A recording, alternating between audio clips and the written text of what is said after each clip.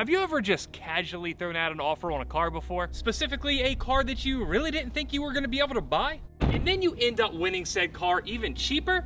That's exactly, well, it's essentially what happened with the ZL1 behind me.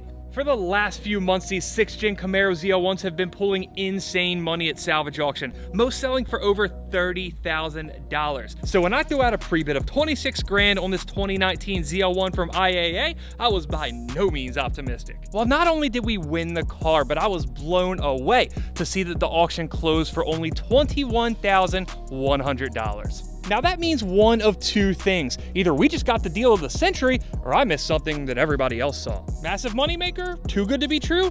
The only thing left to do at this point is get working on it and find out. One day I'm gonna own one of these babies, but it's gonna be white, track spec and everything, but white. I mean, I'll throw some Bondo on this thing right now, spray bomb it white, and you can make me an offer. One thing in this car's favor is that it did have a run video on IAA.com. If we're to believe that, there's no reason this car shouldn't start up right now. Which, on that note, I mean, we might as well go for it, right? What about after the video, you just make a hose in the plot? Just kidding. Go back inside. The latch doesn't actually work. Okay. You have to kind of pull the hood. This car is pretty beat. I'm sure you guys noticed that. Oh, okay. Well, the engine's still there. So the car itself, it's obviously rough, and we'll go over the damage here in just a little bit. More importantly, this, of course, is what I'm worried about. Now, this is kind of rare, but this drivetrain in this car, it already has a deposit on it. One of our good customers has been looking for an under 20,000 mile LT4 with a manual for like 6 months now. Question is now, of course, is it good? You gotta be careful, we got the carbon fiber part on. Pretty good. Well, it has oil, and it looks pretty clean, too. So I'm gonna get something to jam in this hood, and then we're gonna try to start it. Now that we're super professionally propped up here, Fernando, you wanna do the honors? Let's go. Oh. What is going on? Oh! That scared out of me! Me too! I've never heard a car crank so long. Oh my God.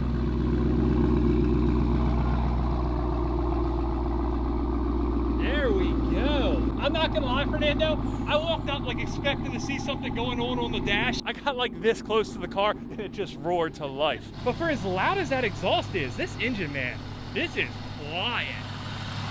Wow. I don't know that I've heard one of these that's this quiet before. This sounds good. The exhaust is loud, the engine's quiet. That's exactly what you want. We're not out of the woods yet, as you know. We've been in this position many times where we have a running car, only to be foiled by a bad leak down. With a new car like this, I think our odds are good. At least from what I'm seeing so far, you could not want anything more. Perfect oil pressure. It's even got a half tank of gas. We can go cruise this thing if we want. Of course. Burn no time. Woo! You heard it? Whang! I know I've had like 500 supercharged cars come through this shop. I still get excited about every single one. And no, the 500 is not an exaggeration.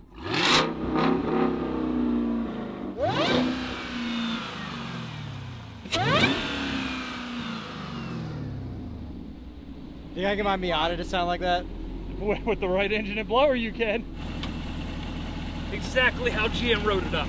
Well, we're gonna have to do this in true American car style. Guess we're not really turning much, but at least we can test this transmission. What's smoking? You think so? You tell me. I don't know.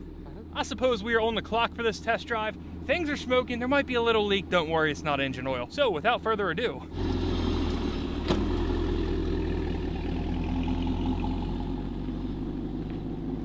Well, like Ricky Bobby, I can't see a thing because of that sticker, but it does drive good. And look who's back. How's she running? I quite literally just pulled it out and you look concerned. No, it actually looked like it was driving straight. Well, that's all it'll do. It'll only drive straight, so yeah. It smells a little toasty. Yeah. Safety first, guys. Oh. Oh God. No. Transmission is smooth. Second gear. Third gear.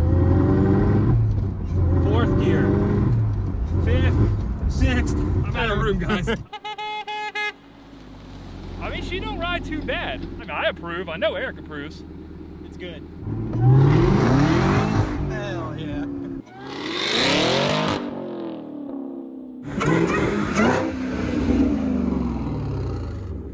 Well, this was a W. I mean, yeah, it doesn't turn. It smells bad. I don't know what that smell is. I think that what would make it better is if you do a burnout. Fernando's yelling, send it back there. Gonna blur out my face like 1320. Yes, hello. This is not Lee anymore.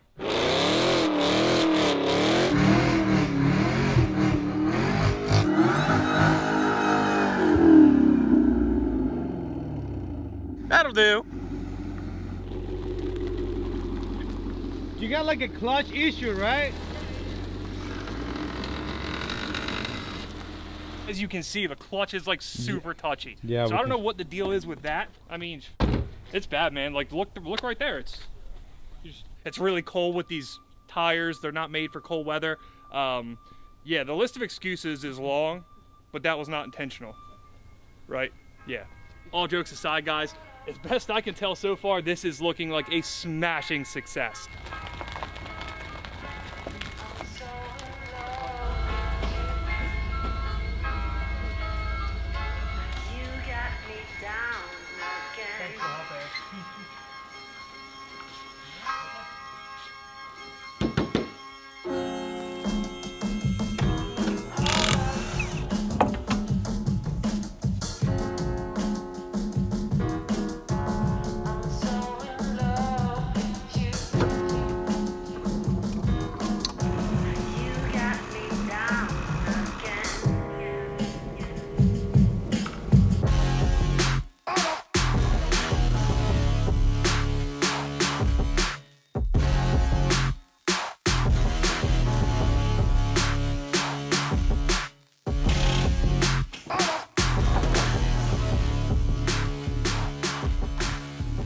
About that time, the engine, it's ready to come out. And fortunately, we have ourselves a nice helping hand this afternoon. By now, most of you guys know I'm an LS guy. This is actually my first time dropping an LT4 out of a Camaro. We've done one out of a Vette over there. We're not going to talk about that. Right. Undoubtedly, I'm going to have forgot something.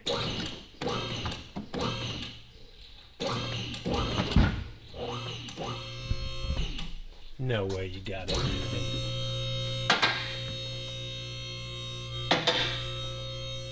Feeling accomplished? I am.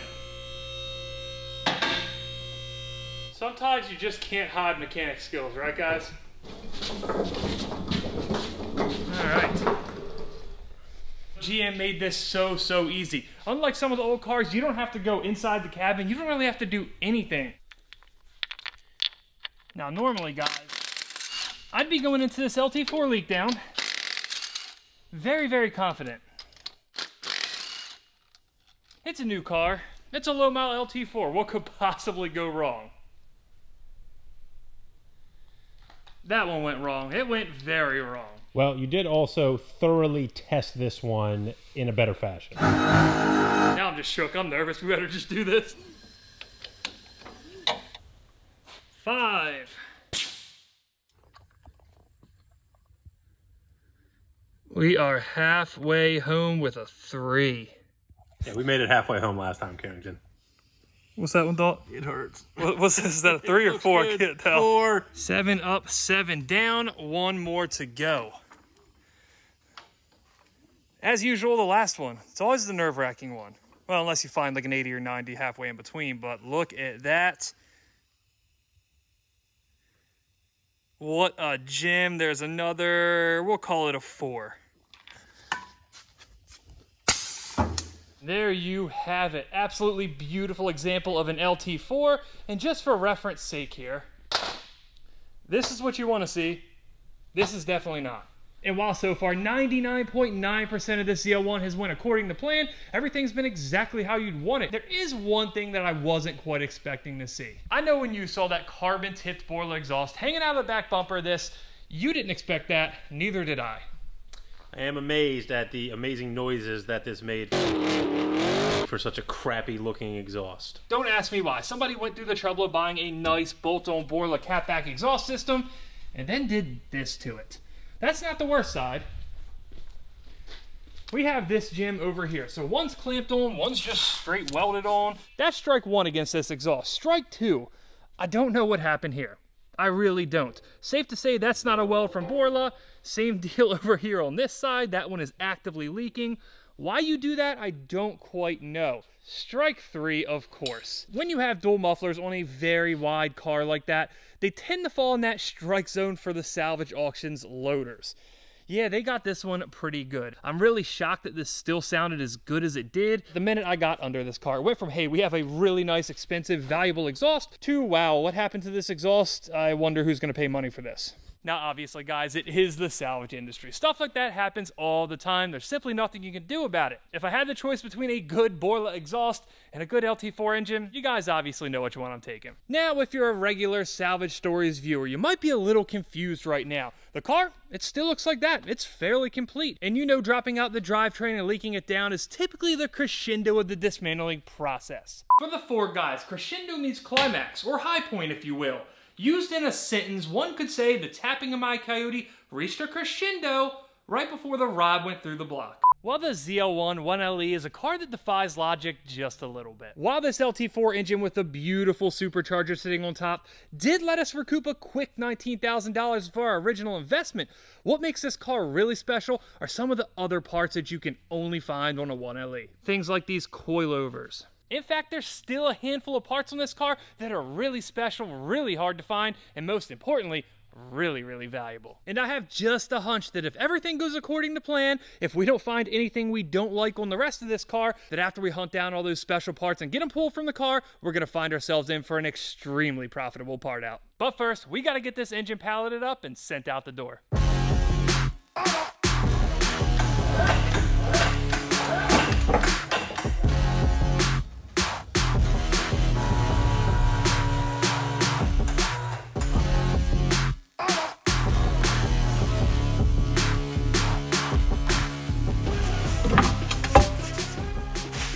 Now that we have our front end broken down, now the engine is all crated up and ready to head out the door, we can move on with pulling some of the stuff that's really gonna make this part out. You might be looking at this big shiny red brake caliper here and thinking that's what we're after. Not quite. While it is technically unique to the 1LE because it says 1LE on it, otherwise it is no different than the regular ZL1. They're good money, not great money. As weird as it might sound, it's a recurring theme in the GM market. The Brembos are simply not that expensive. As far as GM Brembo goes, these are pretty much the best of the best. They're low mileage, they're in beautiful condition, and they have that little bit of uniqueness factor being that they say 1LE on them. Even with all that, I imagine these will sell for somewhere between $1,200 and $1,400.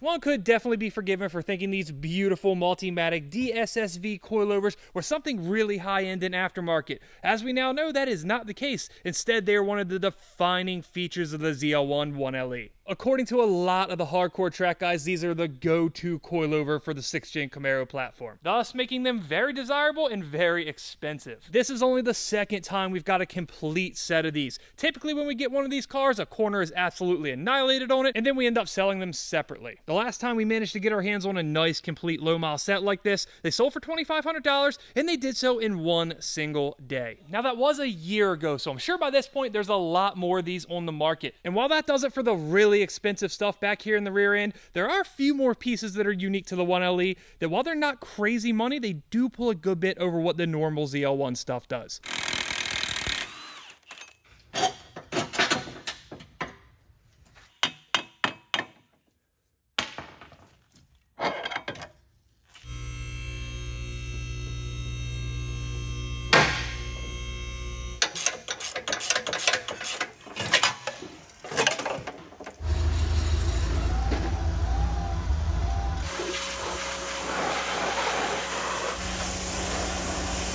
Now that we have the subframe broken down, removed from the car, and pressure washed, it's pretty easy to see that there's a couple really special things on here that you're only going to find on the 1LE. Number one, an adjustable rear sway bar. To see this in a production car, especially being a Chevy and not something like a Porsche GT car, is pretty awesome. As cool as an adjustable rear sway bar is, that's actually not where the majority of this value lies. The bigger deal, even though they might not look like much, these guys right here. Solid subframe bushings. Once again, really, really cool to see on a production car. Once again, especially a Chevy. If you were to try to order these brand new from GM, just the bushings and the associated bolts, $550. Keep in mind at that point, you still have to install them in the subframe. So when we can get one of these and sell this as a complete ready to bolt in package, it pulls great money. Add to that the fact that the regular ZL1 subframe and sway bar are essentially trash parts. We can get them way faster than we can sell them. If we don't have any on the shelf, sure, we'll keep them. If we're stocked up, they're going right in the scrap dumpster. You might be wondering why we ignored the diff. On the old 5th gen SS 1LEs, they had a really special and really expensive 391 LSD. Unfortunately, on the 6th gen, this is the same exact differential that's in the normal ZL1. Not only that, they're only a third of the price of the 5th gen ZL1 diffs.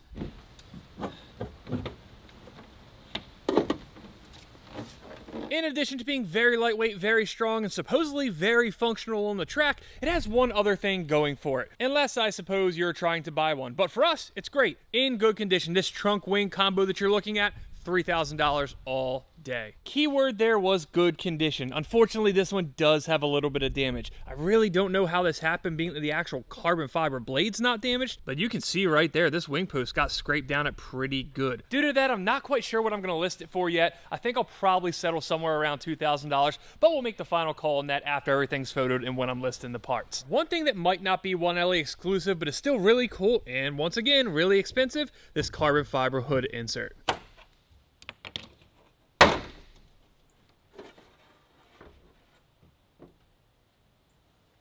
Now that we have all our carbon goodies off, now that we've pulled the rear bumper and our clear taillights, which are actually pretty expensive, but we'll get into that a little bit later. We just have to knock out this interior. We have a couple more little exterior parts to take off. We're gonna hammer that out, and then you know what time it is. It's time for Fernando to work his magic. This doesn't feel right at all. Why? It feels wrong. It's a ZL1 track package. Track package? I mean, you're just standing there all casual. You got your foot up on it. I mean, it's already destroyed, but I didn't destroy it. As you can see behind me, Fernando and I came in this Saturday and made very short work of this ZL1. But before we can get to the parts, we need to get this thing out of here. It's sitting in the parking lot. It's looking like a pile of junk. We need to get it back there on the trailer. Yeah, we need space.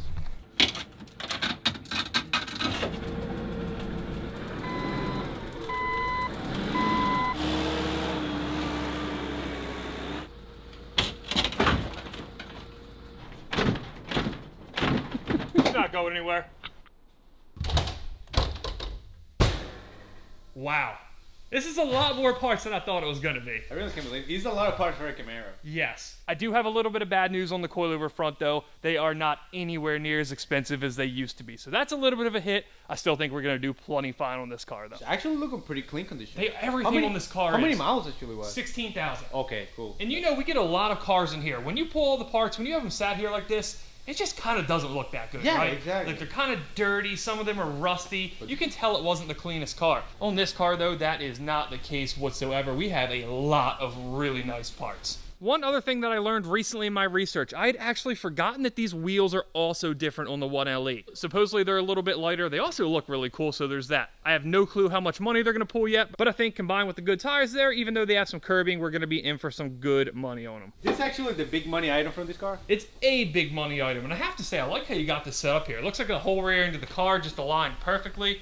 Looks like there should be some wall art. Of course, the ZL1 has all that nice red stitching, the Alcantara. These are a really nice upgrade for the SS guys or even the base model guys. We've already touched a couple times on that rear subframe, but one hidden source of income on this car is the front subframe. They're so new, they're so easily damaged in front end wrecks that those pull great money as well. Another big money item here is this center console. You have the red stitching, you have the suede shift boot, the shift knob, which is really heavy. Fernando, come feel my knob. It's pretty cool. We're actually going to sell the whole thing. Exactly like it sits. Not only do we have that knob approved by Fernando, this thing has a wireless charger on it. That's only in the higher option cars. Definitely a really cool upgrade for somebody. Last little bit of stuff here. What do we got going on there? You need one of those covers for your key. What is wrong with you? I don't know. Your car is blue, actually. You know what? That makes a lot of sense. I'm gonna ignore that. You have all the electronic modules. We'll get into that when we list it. None of that stuff is really that fun to talk about. We do have the heads-up display. If you have one of these out of an older car where they fail a lot, they're worth big money, say a C5 Corvette. On a newer Camaro, they're not anything special. I guess we better stop talking about it.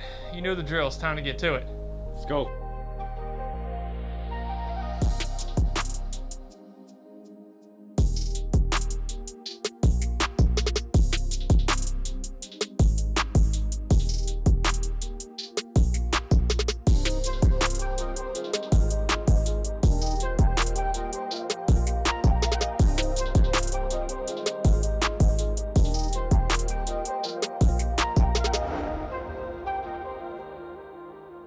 I don't see a single ZL1 part out here anymore.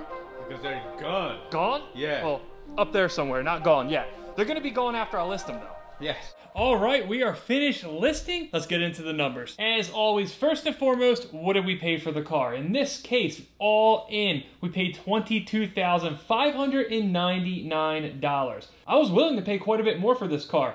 As I said earlier, I had a pre-bid of like $26,000. Fortunately, it never got there and we got a smoking deal on it. And now that we have that established, let's get into the parts. Total number of parts, 81. It looked like a lot of parts spread out on the floor. It just turned out not to be the case. As far as total parts value, for what we still have, because remember we did sell that engine, which is massive, $25,358. Add the engine that we sold for $19,000 to that and you get $44,358. And of course, as is standard in Salvage Stories, we're going to get into a couple of the special parts and a few of the things that really made this part out. Now there are a couple parts here that have drastically came down in price, so that's kind of a bummer. I still think we're going to do perfectly fine on it. When you get into some of this stuff like the front suspension, a lot of it's the same as the regular ZL1, though being that the car was in overall good shape and it only had 16,000 miles there, we're still able to ask a good bit of money for them. They'll sell no problem. Frankly, everything you're seeing now is pretty run-of-the-mill until we get down here to some of the special stuff like the door panels. These guys, $500. We have the carbon fiber heat extractor, we have that slightly damaged rotofab intakes, the Brimbos, they're all pretty standard. They're going for about the same thing that they were when we did that first one. Not much has changed.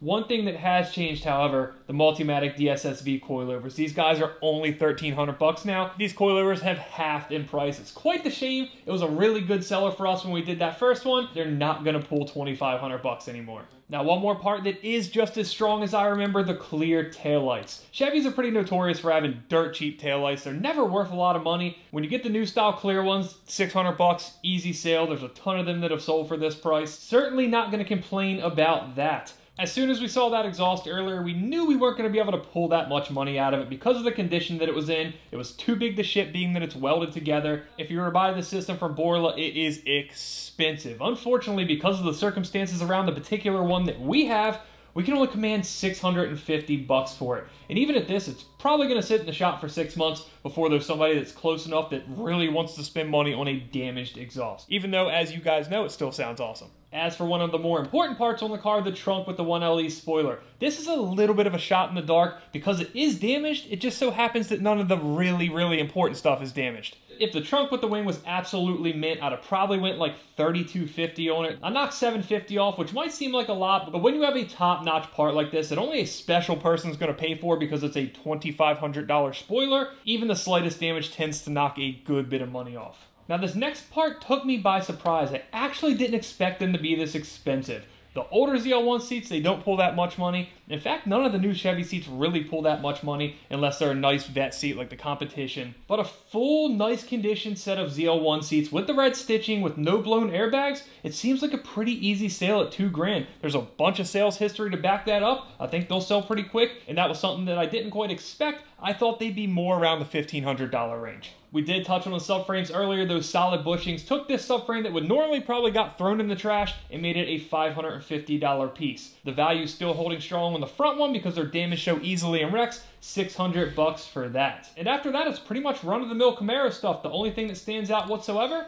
is this steering wheel. It's suede wrapped. It's roughly twice the price of a leather wrapped one. We listed it for $250, and I think it goes like that. Very strong on the parts front. However, the expenses on this car are a little higher than I expected. Numero uno, car shipping. $400 bucks. It came from North Carolina, and that's honestly a little more expensive than it would typically cost to get a car from down there, but in the grand scheme of things, it's way better than shipping a car from, say, Texas or California, so I'll take it. Numero dos, part shipping, $3,000. That is a ton of money for only 81 parts. The issue we have here is a lot of the parts we need to ship are big and expensive to do so. Of course, there's the obvious one, the engine. We had to crate it. It's a $19,000 dropout. Not only are the supplies to crate it expensive, when you build some big, massive crate, it just costs a lot to ship freight-wise. $3,000, a lot of money. Fortunately, we have some margin to work with, so it doesn't cut into it too bad. Moving along, numero trace labor. This was the easy one. 81 parts, though some of them are big, as I just mentioned, it doesn't really make it any more difficult to take apart. I didn't have much time in it, Fernando didn't have much time in it, and there won't be that much time on the shipping side of it either. Numero cuatro. Thanks to Fernando for the Spanish lesson. Terrible. Selling fees, of course. The boring one, 10% all the time, $4,436. And now for numero cinco. Selling fees might be the most boring. In my opinion, this is the least boring. Dead inventory. This one's a little odd. It's a really new, really desirable car, so there's not a ton that sits except for one group of items. Almost every new car we deal with is affected by this, and that's electronics, the modules, stuff that simply has not had any time to fail. If you drive, say, a C5 or even a C6 Corvette, most of those modules you can simply plug into another car, maybe with some minor programming. If you drive a 2020 Camaro ZL1, that's definitely not the case, and more often than not, you're gonna find yourself going to the dealer. Because this particular car has a ton of those modules, we went with $2,000. All the numbers taken into account, that leaves us with a theoretical net margin of $11,173. And of course, here's the full breakdown.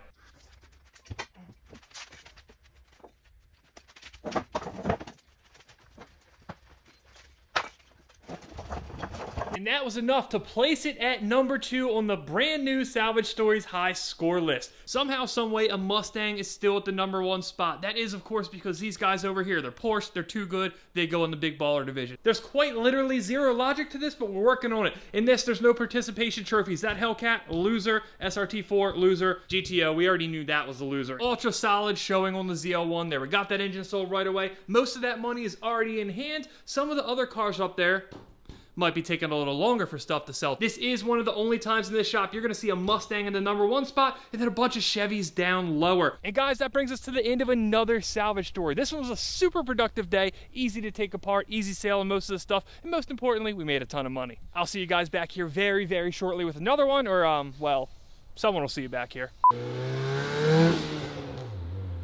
I hate this place. Sounds really good. When did Austin start being the bad influence, by the way? I used to be me, and now I'm the one who's like, oh, let's keep this cool. And do a burnout, do a burnout. Yes, I did the first take with it spelled wrong. Yes, I'm aware of the irony. Well, now I guess it's about that time. We hand this build off. Build?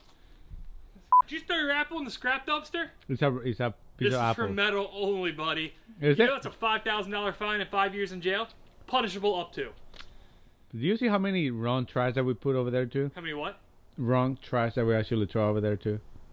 Not me. No? I only put metal in there. I didn't put a fiberglass Corvette in there the other day.